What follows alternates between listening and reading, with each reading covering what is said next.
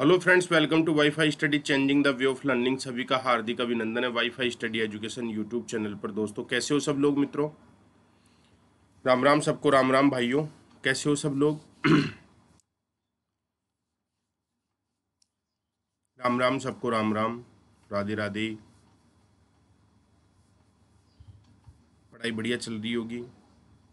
दोस्तों, आज जनजातीय कार्यक्रम को विराम देने की ओर थोड़ा सा इसका पार्ट है। जनजातीय क्षेत्रों से संबंधित विकास योजनाएं, तो इन योजनाओं को करके फिर कोई नया टॉपिक आप मुझे सुझाव दे देना कमेंट बॉक्स में, तो वही नया टॉपिक आपका चालू कर देंगे कि कौन सा टॉपिक आपको पढ़ना है, उसी टॉपिक को अपन वापस से शुरू कर देंगे। तो जो टॉपिक आपका है वो है आज जनजातियों से संबंधित, लास्ट टॉपिक है। जनजातियां आपकी पूरी हो जाएंगी। तो जनजातियों से संबंधित विकास योजनाएं,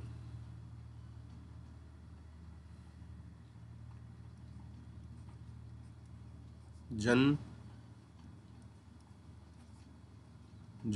से संबंधित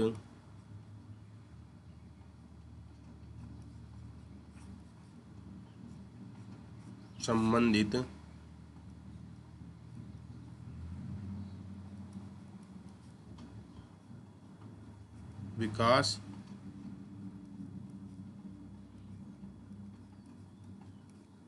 योजनाएं, आज इस टॉपिक की अपन बात करेंगे दोस्तों। जनजातियों से संबंधित विकास योजनाएं। तो जनजातियों से संबंधित विकास योजनाओं की अगर मैं बात करूं मेरे मित्रों, तो पहली बात तो समाज के कमजोर वर्गों का, समाज के जो कमजोर वर्ग हैं, कमजोर वर्ग क्या, समाज के कमजोर वर्ग। अब कमजोर वर्ग किससे हो सकते हैं? आर्थिक रूप से पिछड़े हुए, समझ में है ना।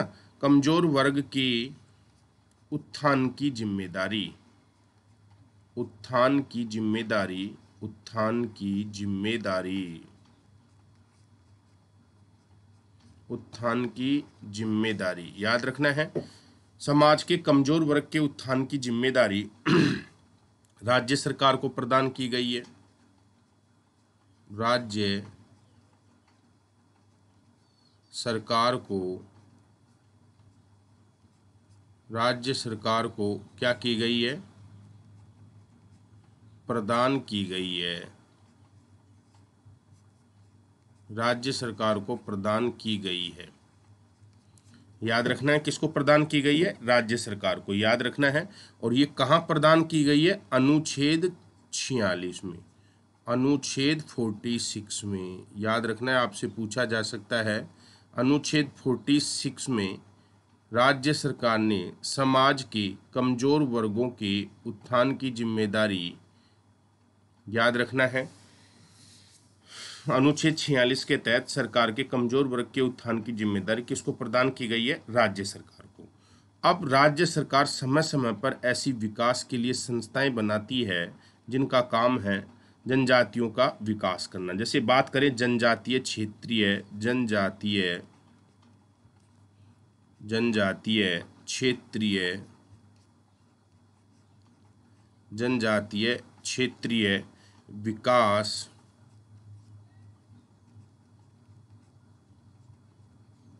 संस्था। अब इस संस्था की अगर मैं बात करूं, तो इस संस्था का गठन पहली बार सरकार ने कब किया? 1978 में किया। और इसका जो हेड ऑफिस है, हेड ऑफिस समझ में है ना, हेड ऑफिस इसका है उदयपुर में। इसका हेड ऑफिस कहाँ पे है? उदयपुर में है। ये आपको ध्यान रखना है, इसका हेड ऑफिस उदयपुर में है। और इसका उद्देश्य क्या था? सरकार ने इसकी स्थापना का उद्देश्य क्या रखा है? तो जनजातियों के जीवन स्तर को सुधारना, जनजातियों के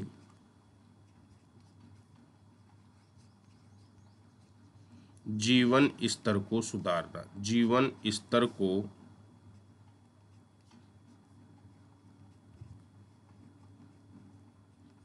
सुधारना, पहली बात। जनजातियों के जीवन स्तर को सुधारना, पहली बात।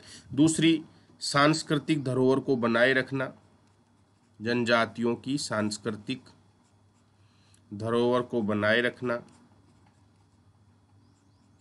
धरोहर को बनाए रखना, बनाए रखना, ध्यान रखना है, जनजातियों की सांस्कृतिक धरोहर को बनाए रखना, ये आपको ध्यान रखना है। ये इनका इस संस्था का प्रमुख उद्देश्य है, ये आपको ध्यान रखना है। जनजातीय क्षेत्र विकास जो संस्था है, इसका ये प्रमुख उद्देश्य है मित्रों, ये आपको याद रखना है। जिसका गठन कब हुआ था? 1978 में। कहाँ हुआ था? हुआ तो जयपुर में था, लेकिन इसका वर्तमान में हेड ऑफिस कहाँ पे बना हुआ है? उदयपुर में है, ये आपको ध्यान रखना है। जिसका प्रमुख उद्देश्य जनजातीय क्षेत्रों के विकास के लिए उनके जीवन स्तर को सुधारना, उनके जो परंपरागत सांस्कृतिक धरोहर है उसको बनाए रखना। अगला अपन जनजातीय उपयोजना क्षेत्र, जनजातीय उपयोजना क्षेत्र, जनजातीय उपयोजना क्षेत्र। जनजातीय उपयोजना क्षेत्र की अगर मैं बात करूं तो इसका जो गठन है 1974-75 में। गठन कब हुआ था? 1974-75 में, याद रखना है। इसका गठन कब हुआ? 1974-75 में हुआ था।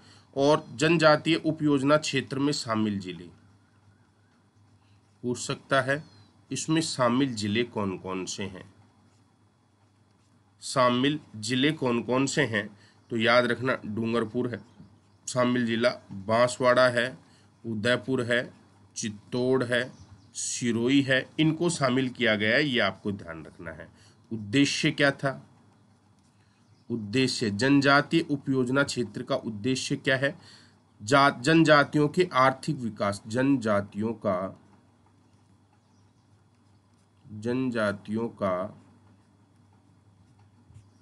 आर्थिक विकास करना। उद्देश्य क्या है? जनजातियों का आर्थिक विकास करना, जनजातियों का आर्थिक विकास करना, ये ध्यान रखना है।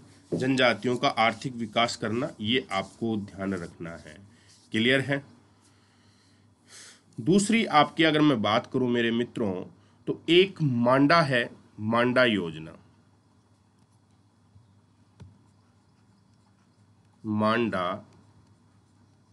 मांडा योजना। अब मांडा का पूरा नाम क्या है? सबसे पहले तो इसका पूरा नाम पूछा जा सकता है। पूरा नाम, मांडा योजना का पूरा नाम, ये मांडा योजना है या मांडा विकास कार्यक्रम, एक ही बात है। मांडा विकास कार्यक्रम, मांडा विकास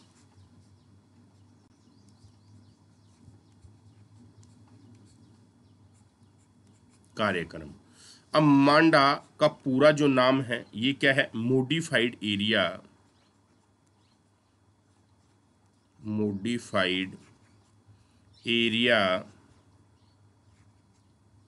डेवलपमेंट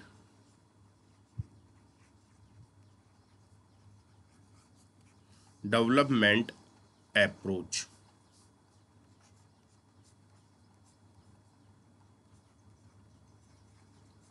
ये इसका पूरा नाम है, यानी कि हिंदी में क्या बोलेंगे इसको? परवर्ती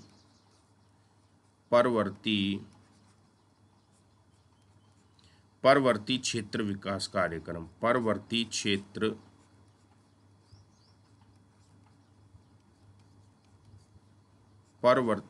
विकास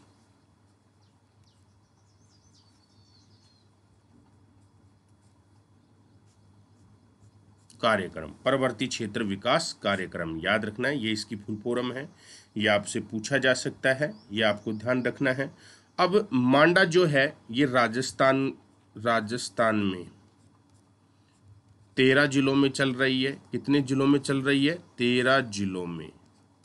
13 जिलों में ये प्रोग्राम संचालित है, याद रखना है।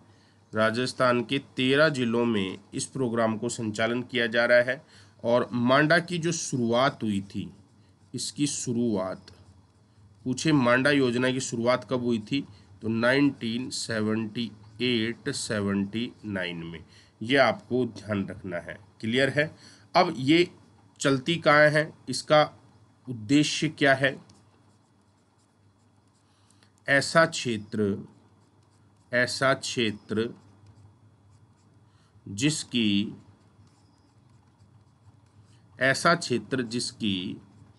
50% जनसंख्या, ऐसा क्षेत्र जिनकी 50% जनसंख्या आदिवासी हो,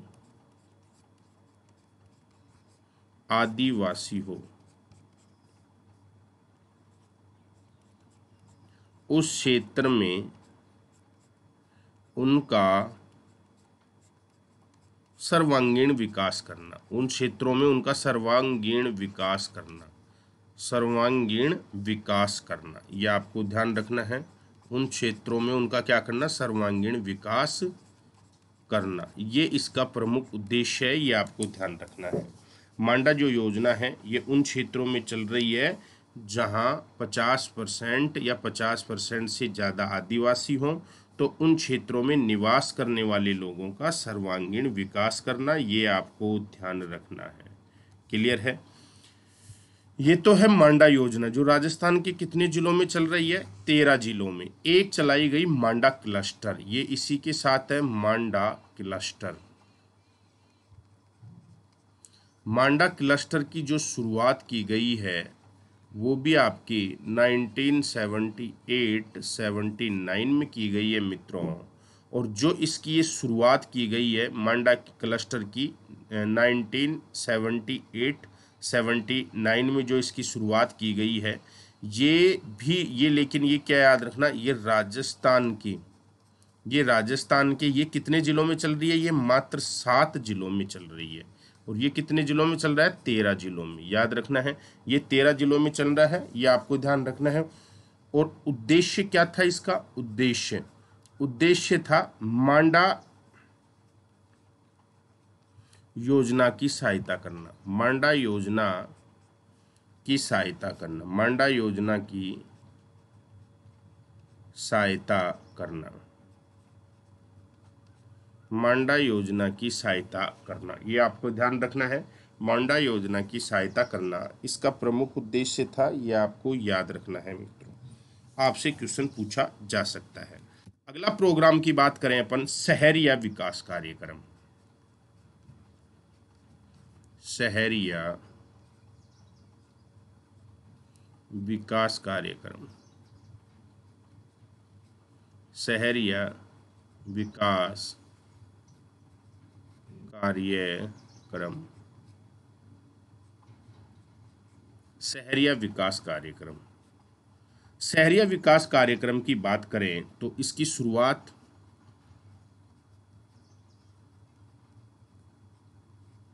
1977-78 में, यह आपको ध्यान रखना है, इसकी शुरुआत हुई है। और जिला कौन सा है जहां इसकी शुरुआत हुई है? 12। जिला कौन सा है? 12 है। और 12 में भी ये योजना कहाँ चल रही है? किशनगंज और शाहाबाद में। किशनगंज और शाहाबाद में। शाहाबाद क्षेत्र में योजना चल रही है। और इस योजना का उद्देश्य क्या है? उद्देश्य है इनका मतलब शहरियों का, इनका सामाजिक, आर्थिक विकास करना। यानी कि शहरिया जनजाति का सामाजिक आर्थिक विकास करना, यह आपको ध्यान रखना है। सामाजिक और आर्थिक विकास करने के उद्देश्य से इस योजना का संचालन किया गया था 12 के किशनगंज और शाहाबाद क्षेत्रों में, यह आपको ध्यान रखना है। क्लियर है? कोई दिक्कत? अगला है बिखरी जनजाति विकास कार्यक्रम। अगला है आपका बिखरी जनजाति विकास कार्यक्रम, बिखरी जनजाति विकास कार्यक्रम। बिखरी जनजाति विकास कार्यक्रम की अगर बात करूं, इसकी शुरुआत कब हुई है? शुरुआत के लिए याद रखना है, ये चली थी 1979 में। समझ में आया ना? और ये संपूर्ण राजस्थान में चल रही है। कहाँ चल रही है? संपूर्ण राजस्थान में। याद रखना, ये योजना कहाँ चल रही है? संपूर्ण राजस्थान में चल रही है। और उद्देश्य क्या था? राजस्थान में बिखरी हुई आदिम जनजातियों का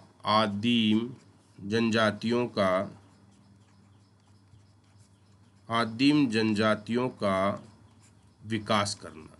मित्रों, इसका उद्देश्य था राजस्थान में बिखरी आदिम जनजातियों का विकास करना। यह आपको ध्यान रखना है, यह इसका प्रमुख उद्देश्य है, यह आपको याद रखना है। क्लियर है? यह आपको याद रखना है। तो बिखरी जनजाति विकास कार्यक्रम, ये इसकी शुरुआत 1979 में संपूर्ण राजस्थान में हुई है, जिसका उद्देश्य राजस्थान में बिखरी आदिम जनजातियों का विकास करना इसका उद्देश्य रहा हुआ है। ये आपको ध्यान रखना है। क्लियर है? अगली है राजस्थान जनजाति सहकारी समिति, राजस्थान जनजाति सहकारी समिति।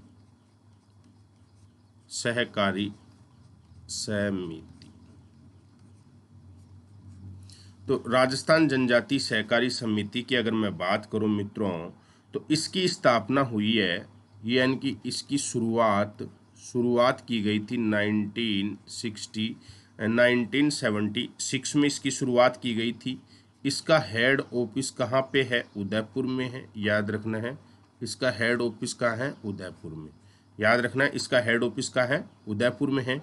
और उद्देश्य क्या था? उद्देश्य था कि जनजातियों को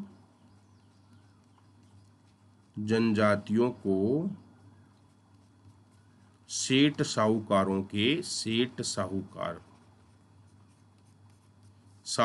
के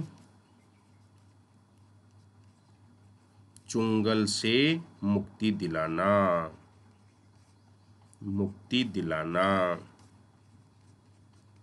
ये इसका प्रमुख उद्देश्य था। जनजातियों को सेठ साहूकारों के चुंगल से मुक्ति दिलाना, ये इसका प्रमुख उद्देश्य था। ये आपको ध्यान रखना है। क्लियर है? क्लियर है ये? अगला है आपके माणिक्यलाल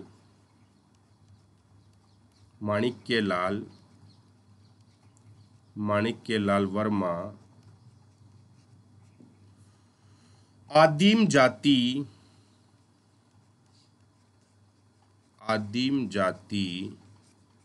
शोध संस्थान,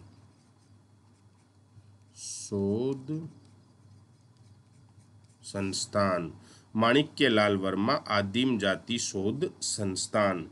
इसकी बात करें तो इसकी स्थापना हुई थी 2 जनवरी 1964। 2 जनवरी 1964 को इसकी स्थापना हुई। इसका जो कार्यालय है उदयपुर में है। इसका कार्यालय कहाँ पे है? उदयपुर में है। यह आपको ध्यान रखना है, पूछा जा सकता है। और उद्देश्य क्या था? आदिवासियों की संस्कृति का विकास करना। आदिवासियों की संस्कृति का विकास करना।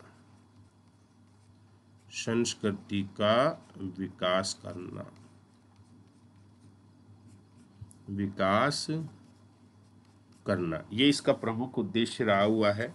तो मित्रों, ये थी आपकी एक जनजाति से संबंधित प्रोग्राम। ठीक है, अब आप लोगों के लिए मैं एक चीज़ बता देता हूँ। रोज यानी कि आप बच्चे कहते रहते हो सर लाइव टेस्ट लो, लाइव टेस्ट लो, तो डेली लाइव टेस्ट होता है, डेली लाइव टेस्ट, और ये टोटली फ्री होता है डेली लाइव टेस्ट। और ये क्या है, फ्री है, याद रखना है आप लोगों के लिए फ्री।